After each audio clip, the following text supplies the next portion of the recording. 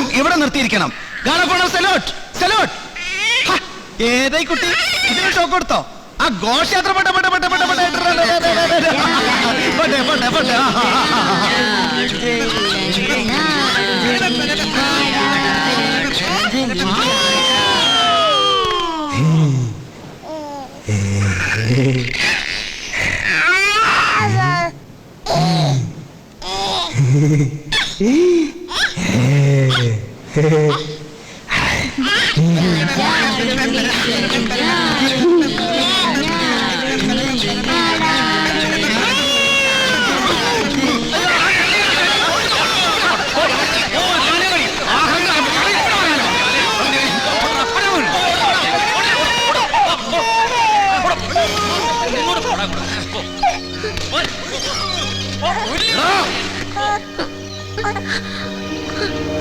മോളെ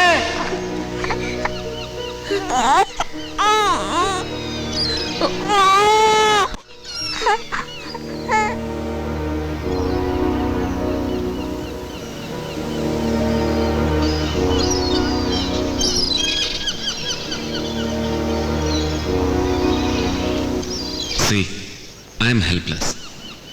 സത്യത്തിൽ കുട്ടിക്ക് രോഗമില്ല. രോഗം മാറിയതായി ഡോക്ടർ ചന്ദ്രൻ പറഞ്ഞു. ഡിസ്ചാർജ് ചെയ്യാൻ കുട്ടിയെ ചികിത്സിക്കുന്ന ഡോക്ടർ കെ ഷീറ്റിൽ എഴുതി. ഇനി മരുന്നൊന്നും വേണ്ട, വീട്ടിൽ പോവാം. എനിക്കറിയാം സാർ.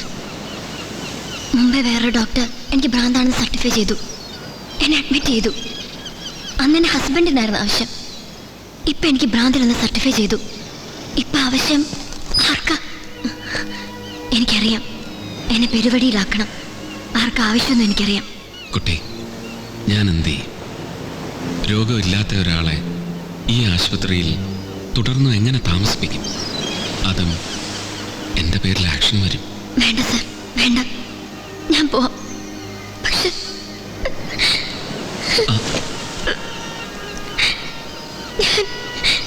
എനിക്ക് വീടില്ല, ആരുമില്ല. ഉണ്ടായിരുന്നത് ഈ ഭ്രാന്താശുപത്രി മാത്രം. ഇപ്പോ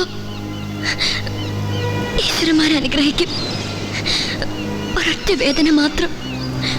മാനസി ഒരിത്തിരി ദിവസങ്ങളിൽ സന്തോഷിച്ചു. മാനസി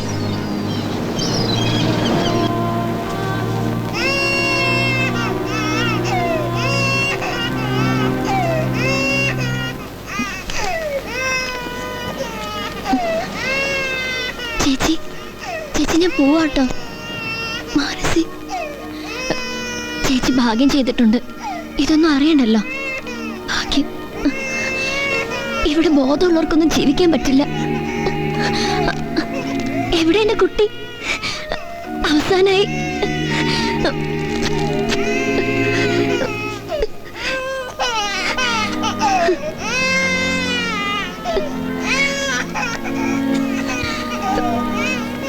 ഇനി വേറെ ലോകം ഉണ്ടെങ്കിൽ അവിടെ വേണ്ട, അവിടെ ഉണ്ടാവും ഭ്രാന്തുണ്ടാക്കുന്നവരും, പിന്നെ ഇല്ലെന്ന് പറഞ്ഞ് തെരുവിലേക്ക് എറിയുന്നവരും.